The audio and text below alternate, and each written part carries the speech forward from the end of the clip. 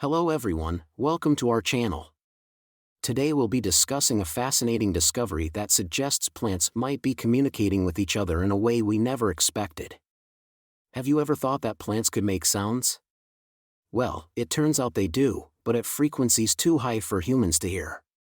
In a recent study, researchers from Tel Aviv University recorded ultrasonic sounds produced by tomato and tobacco plants under stress. The healthy plants emitted clicks and pops, but the sounds came in far more rapid bursts when the plants were deprived of water or had their stems cut.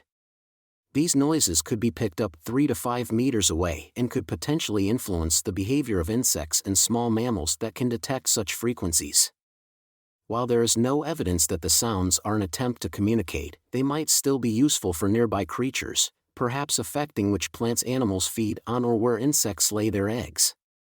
The scientists also train an artificial intelligence algorithm to identify the cause of the plant's stress from the popping noise alone.